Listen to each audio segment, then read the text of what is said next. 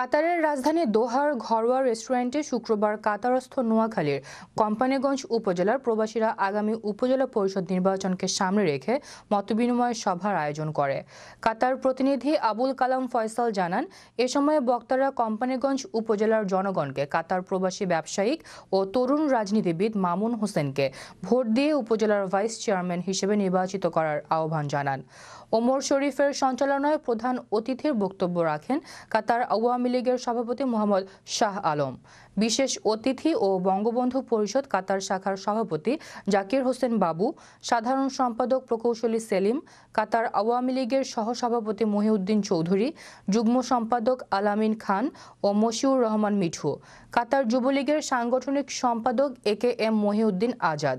মামুন হোসেন বলেন, নির্বাচনে বিজয় হলে কোম্পানীগঞ্জের উন্নয়নে সরকারের পাশাপাশি ব্যক্তিগত সহযোগিতা অব্যাহত থাকবে।